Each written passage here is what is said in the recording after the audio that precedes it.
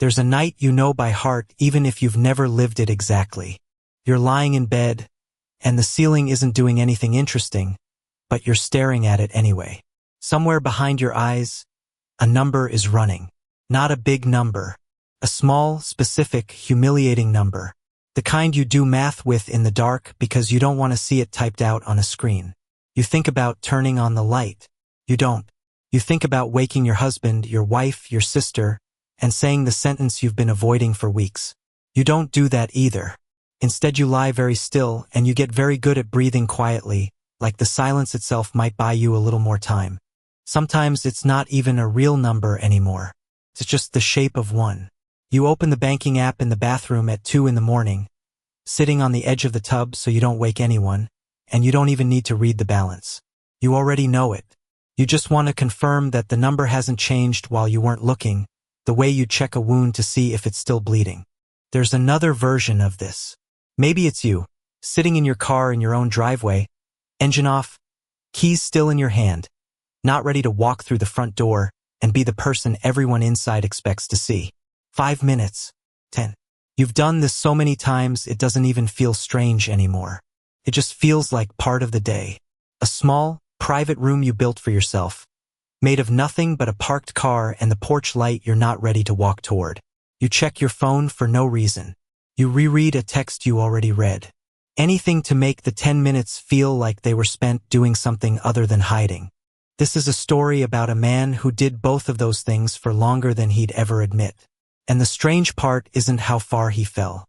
It's the one thing he refused to let go of, right up until the day he finally did, and what happened the moment he put it down. His name was Marcus Doyle, 54 years old. For 22 years he'd worked as a claims adjuster for the same insurance company, the kind of job that doesn't sound impressive at a dinner party but pays a mortgage and puts a kid through 2 years of community college. He and his wife, Renee, had lived in the same house for 18 years, a small blue Rambler with a crack in the driveway that neither of them had ever gotten around to fixing. There was a photo on the hallway wall of the two of them at their daughter's high school graduation, both of them squinting into the sun, both of them looking like people who had things handled. Every weekday morning, Marcus set his alarm for 6:15. He got up, made coffee, and ironed the same blue dress shirt. Not because he had anywhere to wear it. He'd been laid off 7 months earlier, in a round of cuts that didn't come with a reason, just a date and a box for his desk photos. But he kept ironing that shirt every morning anyway, laying it across the board with the same 3 motions he'd used for 2 decades, collar first, then the yoke, then the sleeves. He told himself it was for interviews. Most mornings there weren't any. He hung the shirt back on the same hanger afterward, in the same spot in the closet, like the ritual mattered more than the outcome. Maybe by then it did. Before the layoff, Marcus believed he was the reliable one. Not flashy, not ambitious in any loud way. Just the guy who showed up, who paid things off, who didn't cause problems. He coached his son's little league team for 4 seasons and never missed a game. At the office, people used to say if you wanted something done right and done quietly, you gave it to Marcus, and he liked being that person more than he ever admitted out loud. He believed that if you did the sensible thing for long enough, the sensible thing would eventually take care of you. He wasn't wrong to believe that. He just hadn't accounted for what happens when the sensible thing gets canceled without asking you first. By month 7, his checking account held $340. His mortgage payment was 43 days late. He'd applied to over 200 jobs, almost all of them for a title identical to the one he'd lost, and almost all of them had gone silent after the first form email. He'd sold his father's watch to a pawn shop for $60, and he told his wife it was in for repair. He stopped buying the brand of cereal his daughter liked and started buying the one that was $2 cheaper, hoping she wouldn't notice. She noticed. She just didn't say anything, which was somehow worse. There was a Thursday when the mortgage company called during dinner, and Marcus stepped outside to take it, standing in the backyard in the cold without a jacket, keeping his voice low and even the whole time, like a man discussing someone else's problem. When he came back in, Renee didn't ask who it was. She just refilled his water glass without a word, and he understood that she already knew, and that she was letting him have the version where he hadn't told her yet. That was its own kind of loneliness. Not the money, the performance of being fine, in a house where everyone already knew he wasn't. He got good at intercepting the mail before anyone else saw it. He knew the particular red-orange color of a certain envelope from across the kitchen the moment it landed on the counter, and he'd learned to fold it into his back pocket in one motion, mid-conversation, without breaking stride. He was good at math with the wrong numbers now. He knew exactly how many days a jar of instant coffee could last if he used slightly less each morning. He knew, to the minute, how long he could sit in the library parking lot using their Wi-Fi before it started to look strange. He knew the exact aisle in the grocery store where the day-old bread got marked down, and what time of day they marked it. One morning, he found himself doing something almost funny. He'd started reusing the same paper coffee filter twice, and he actually timed himself doing it like it was a personal record he was chasing. He laughed out loud in an empty kitchen, alone, at 7 in the morning, over a coffee filter. It wasn't a happy laugh, but it was the first one in a while that felt like it belonged to him, and not to the version of himself he was performing for everyone else. He caught his reflection in the microwave door mid-laugh and looked away from it fast, like he'd been caught doing something he shouldn't. Another time, filling out yet another application, he got to the field that asked for his current job title, and he sat there for almost a full minute deciding whether to write unemployed or in transition, before finally writing neither and just leaving it blank. He stared at that blank field longer than he'd stared at anything in years. That was the texture of it. Not one dramatic collapse. 1,000 small, quiet arithmetic problems, stacked on top of each other, every day, for months. And underneath all of it, the same shirt, ironed the same way, for a job that no longer existed anywhere except in the fold of that collar. Nothing about what came next looked like a rescue. It looked like an ordinary Tuesday with no weight to it at all. His neighbor, an older woman named, who lived 2 doors down, knocked and asked if he could help her move a bookshelf before her daughter visited that weekend. He said yes because saying no to something that small felt more exhausting than doing it. They wrestled the bookshelf across her living room for 20 minutes, and neither of them said much beyond directions. Left a little careful of the lamp. Her house smelled like cinnamon and old paperbacks, and there was a cat that watched the whole thing from the top of the stairs like a supervisor unimpressed with the effort. While they worked, she mentioned, almost as an aside, that her back porch railing had been loose for a year, and her nephew kept promising to fix it and never showing up. Marcus looked at it for maybe 10 seconds. Then he said, without really thinking about it, that the bracket was pulling away from rotted wood, and it would take him 20 minutes with the right screws.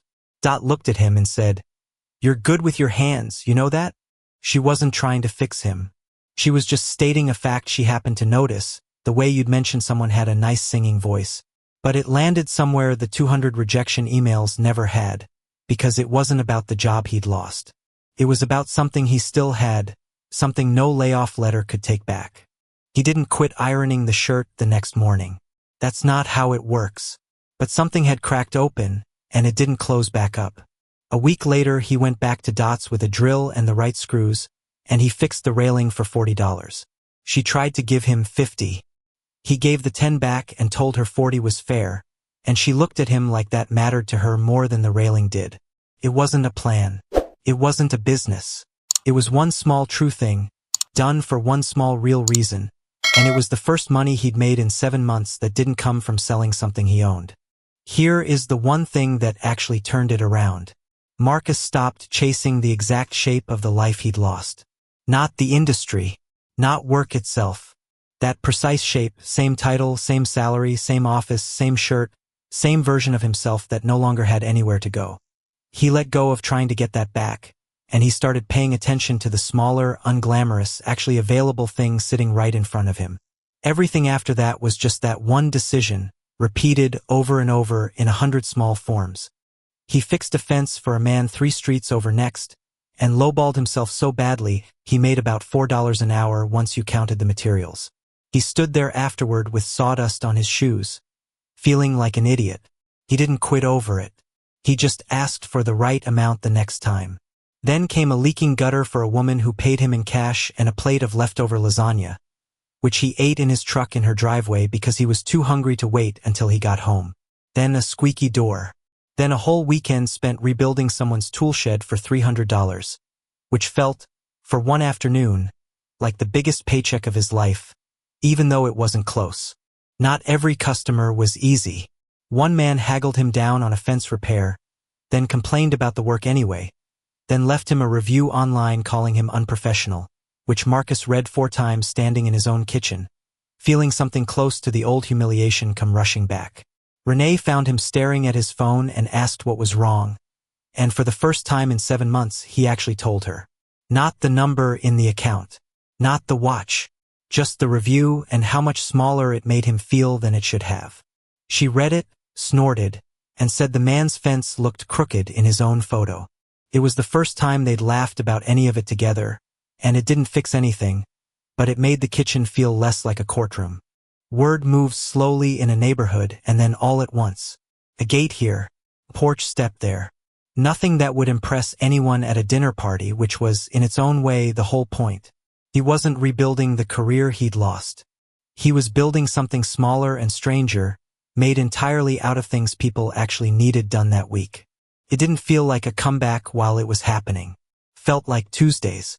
It felt like a truck bed slowly filling up with tools he was buying secondhand, one at a time as the jobs paid for them. He bought a decent cordless drill off a classifieds listing for $30, the first real tool purchase he'd made since the layoff, and he remembers driving home with it on the passenger seat like it was something fragile. There was a setback in there too, because there always is. 6 weeks in, a bigger job fell through. A deck rebuild that would have covered 2 months of expenses, when the homeowner decided to go with a licensed contractor instead. Marcus had already bought the lumber. He sat in his truck outside the hardware store for a long time that day, doing the old math again, the wrong number math, wondering if he'd fooled himself into thinking any of this was real. He didn't have an answer that day. He just drove home, unloaded the lumber into the garage, and went back to Dot's list of neighbors who needed small things done. The lumber sat in that garage for 2 months before he found a use for it, cut down into shelving for a different customer entirely, which felt like a strange kind of apology from the universe, though he never said that out loud to anyone. By the 4th month of it, he'd started keeping a small notebook in the truck, not for taxes, not yet, just for himself, a name, a job, a price, a date. Nothing fancy. But flipping back through it on a Sunday night, seeing 11 names in a row, was different from flipping through 200 job rejection emails. These were real. Each one meant somebody had trusted him with something they cared about. A porch their grandkids played on, a fence keeping a dog in the yard, and he'd done it well enough that they'd told a neighbor. There was a morning, months later, that meant nothing on the surface. Marcus stood at the ironing board, pressing that same blue shirt, and realized halfway through the second sleeve that this time he actually had somewhere to be. A homeowner walking through with him at 9, 3 jobs already lined up behind it. He put the shirt down mid-fold and reached for a t-shirt and work pants instead. He didn't cry over it. He just stood there for a second, holding a shirt he no longer needed for the reason he used to need it, and something in his chest loosened slightly. He hung it back up anyway, out of habit, but he never ironed it again after that. Renee noticed before he said anything. She saw the shirt still hanging there a week later, then 2, then a month, untouched, and she didn't say a word about it. She just started leaving his old resume folder further back in the file drawer each time she reorganized it, a little further every few weeks, until one day it wasn't in the front at all anymore. Neither of them ever discussed that. It just happened the way most real change does, without an announcement. Here's what's worth taking from Marcus's year, and it isn't about hard work, because he worked hard the whole time he was falling, too. He worked hard ironing a shirt for meetings that didn't exist. Effort was never the missing piece. The thing that moved him wasn't a plan, and it wasn't a person saving him. It was letting go of the exact shape of the life he'd lost, and picking up the smaller, real thing already sitting in front of him. He didn't get his old job back. He built something else entirely, one loose railing at a time, one lowballed fence, one weekend of shed building, and it turned out to hold more weight than the thing he'd spent 7 months mourning. Not because it paid more. It didn't, not for a long time, but because it was actually there, and the old shape wasn't, no matter how many mornings he ironed toward it. So here's the question worth sitting with after this ends. What exact shape of your old life are you still quietly trying to rebuild, when the thing actually in front of you might already be enough, if you just stop ironing a shirt for a meeting that isn't coming? Somewhere tonight, someone is sitting in a parked car in their own driveway, not ready to go inside, And the only thing standing between that and something better is the size of what they're still waiting to get back.